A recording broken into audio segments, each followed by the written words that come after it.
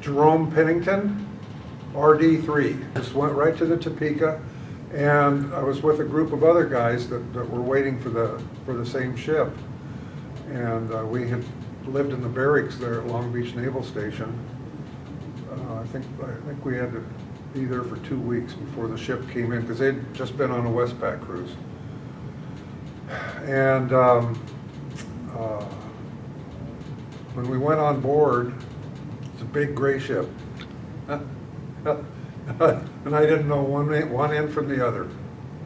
And it was very impressive as I learned more about the ship, as I lived on it, and we were interviewed. I don't remember who it was that interviewed us, but we were given a choice of what,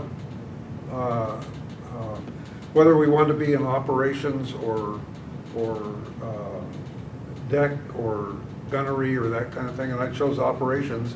And out of that, they gave me a choice. I could either be an electronic technician, which I knew nothing about, a radioman, or a radarman. And a little light went on in my head, and I remembered that my dad did radar when he was in the Second World War. And I said, oh, I'll try radarman. So that's where they put me. And I was always very pleased with that, because there was such a good group of guys, and it was OI division at that time. Really a good group of guys, and they accepted me, and I learned a lot and advanced in rank before I was discharged from active duty. Just not too many months after I went on the ship, we had to go up to Hunter's Point in San Francisco Bay for dry dock and refitting and upgrading and that sort of thing. In fact, they put a sonar system on this cruiser and tried to make us like a destroyer, to where we could chase submarines, but we always got sunk in all the war games that we did. We were too big and slow.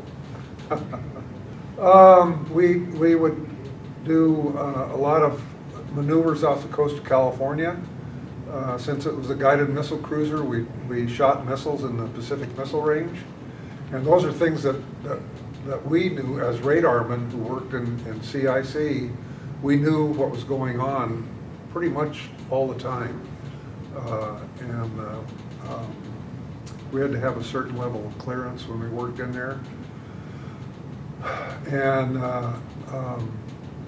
then when we got over to Westpac, we went on a Westpac cruise in 1964.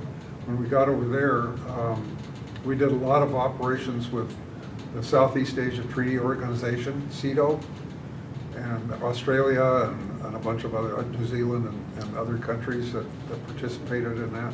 So we did that quite a few times during our time over there.